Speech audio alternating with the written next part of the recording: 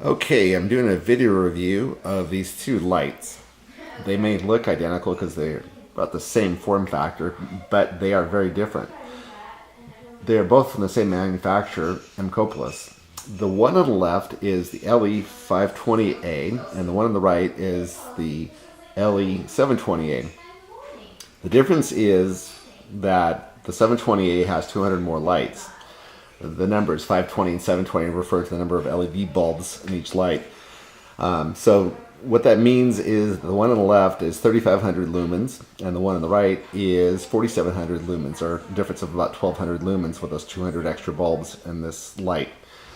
Now, the thing that I love about these lights is that they both use the same type of battery, which is the very easily found Sony NPF battery. I mean, you can find this anywhere online. They're dirt cheap. And the best thing of all is that they're very universal. A lot of lights use them, so it's not like you're buying a special set of batteries for a light, and if you ever get rid of the light, you don't have any use for the batteries. Okay, I'm going to go over the back of this really quick. I'm going to do it very quickly because it's been covered quite a bit in other videos, but just wanted to mention that the remote has a little storage space right here. You can always have a nice place to store it. It has two banks of batteries, battery A and battery B, and the idea is that you can work on one at a time, and when you feel like this one's about to die, you push a button and it goes on to bank B, then you switch up the battery that's on bank A with another battery that's fresh, and then when this one dies, go back to bank A.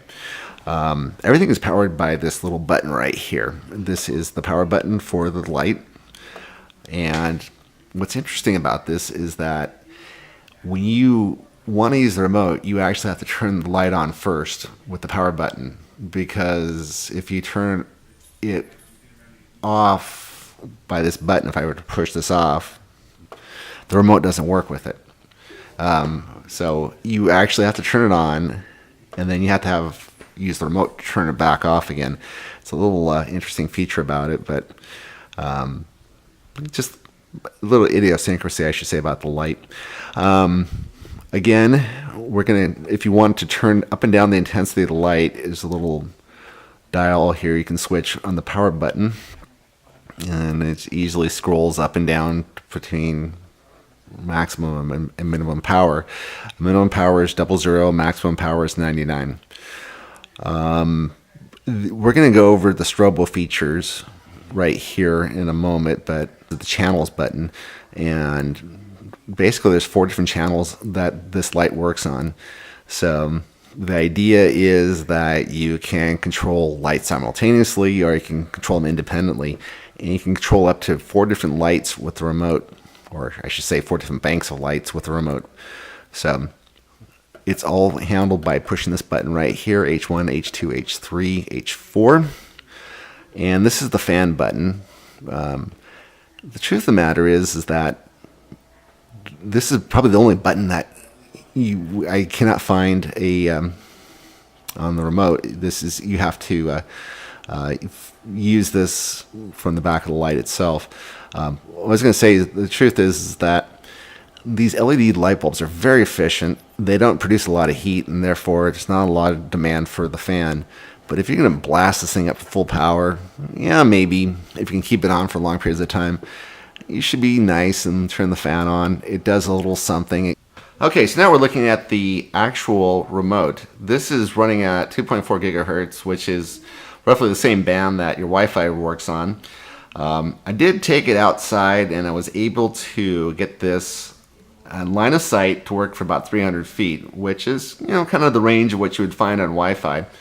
And yeah, it works fantastically. So I'm going to show you all the different things that it does, but basically what you have here is at the very top, these are the different bands right there, the ones you have to pay attention to, where it says H1, H2, H3, H4. Those are the different channels. With these buttons on the top here, the ones you push in, and the one criticism I would have on this remote is that it's kind of difficult to see those little things, what they do. You have to kind of memorize what the buttons do. The ones on the top actually change the light intensity. The ones in the middle control the strobo effect. And the one at the bottom here, actually, the one on the right bottom is the power button, and the one on the left changes the channels. Now, the one thing I will tell you is that working with this, sometimes what happens is you push a button and it does nothing for a second. This one happens to come on pretty quickly here. But I got the light come on, I could push it again, it comes right back off. It's actually, if you push the button and it does nothing, you got to hold the power button down for a good second or two and it comes on. Now we're looking at the back of the units. The one on the left is the LE520A, which I'm just going to refer to as the 520, and the one on the right is the 720. Once again, there's 1200 lumens light difference between the two of them. I did measure both with the light meter, and sure enough, there is a difference. 720 does put out more light. With one push of a button, the power goes on. Now, what I'm going to do is I'm going to step it up. You'll see maybe that those little numbers in the bottom on the left there, or the bottom right-hand side of the left-hand light, I should say, it's going up. It's at 14, 15, 16, 17. So it's going up in sets of 1. If I'm going to go from 0 all the way up to 99, which is the brightest setting, it's going to take a while by doing it one at a time. I push the sets button, and it should bring it up to 31, 41, 51, 61, 71. There you get an idea. All the way up. So what I'm going to do is show you now that I'm going to turn it off, and I'm going to turn on the 720. I just switch in channels here, and 720 is on. This one's at 20, and since I'm using the same remote, the last time I used it, I had it on sets of 10, so I'm turning it up very quickly, full power, all the way down to minimum power, all the way back up to full power again. So it's very convenient, very easy to work with.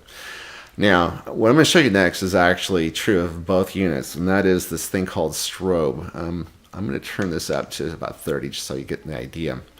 So what I'm going to do now is you can see I've turned it on to 1, and it's flashing on and off.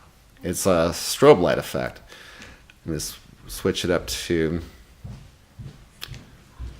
2, and all of a sudden it's going faster. 3, even faster. Kind of notice that when you get to about 9, this is the good 120 dance beat a minute kind of strobo light effect. But I mean, it keeps going from there. I'm going up to 50, and the thing is flickering like crazy. 80, 90, 99. This is pretty much, if you can use strobe light effect, I would imagine it can be somewhere right around here between 10 and 30. But I really don't have a lot of demand for strobe light. I mean, it is great for photographing something that is, something that's moving. So if you want to pick pictures of water splashing, it makes for interesting photography. But other than that, not a lot of demand for it. Now, to prove that you can do this, is you can tell that I still have the light on the right, which is the 720. And I am going to simply switch channels here, and voila, we've got the 520 is on now. I have them both controlled. They're both set to 30, and I can turn off 720 and just have the 520 on, or I can turn off both lights, go back to the 720, turn that one back on. So you got total control. All right, so one last time we're going to look at these two lights together. And what I like about this is if you look at them, this is actually making a small light bank right there. These lights are very lightweight. So you can put them in a bag. They fold up very nicely. You can put them in your camera bag. And the whole idea is you can set up professional quality lighting on the go. So if you're doing an interview with somebody for video, you can take them outside, put them in the shade, put these lights on, and you have professional production quality video lighting, something that you would have to normally take a really heavy set of lights along with you.